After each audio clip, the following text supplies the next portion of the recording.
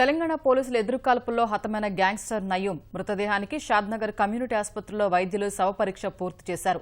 నయూం ఛాతీలోకి 3 బుల్లెట్లు, తొడలోకి ఒక తోటా దూసుకుపోయినట్లుగా పంచనామాలో గుర్తించారు. ఎదురుకాల్పులు జరిగిన ఘటనా స్థలం నుంచి AK-47, 4 షార్ట్ గన్స్, నయూం తలదాచుకున్న ఇంటి నుంచి 100 కోట్ల విలువైన దస్త్రాలను పోలీసులు స్వాధీనం చేసుకున్నారు.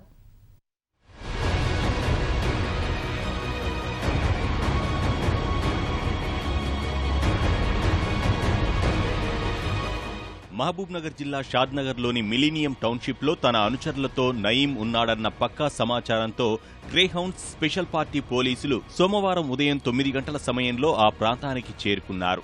అదే సమయంలో ఫోర్డ్ ఎండీవర్ కారులో మిలీనియం టౌన్షిప్లోని స్మృతివనం మీదుగా ప్రయాణిస్తున్న నయీం వర్గం పోలీసులపై కాల్పులకు తెగబడింది.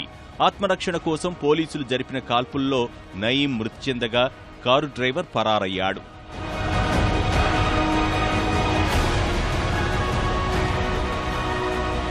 కాల్పుల్లో నయీం వాడిన ఎండీవర్ కారు కుడివైపు అద్దం పగిలింది.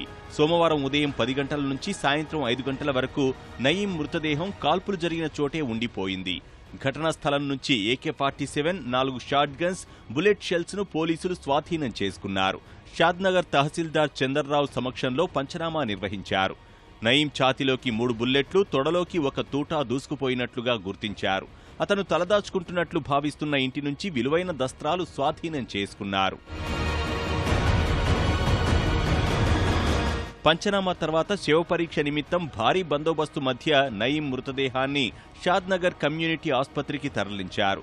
2 గంటల పాటు ఆసుపత్రిలో వైద్యులు శవపరీక్ష నిర్వహించారు. నయీం మృతదేహాన్ని తీసుకుపోయేందుకు ఎవరూ రాకపోవడంతో ప్రభుత్వ ఆసుపత్రిలోని శవాగారంలోనే ఉంచి బందోబస్తు ఏర్పాటు చేశారు.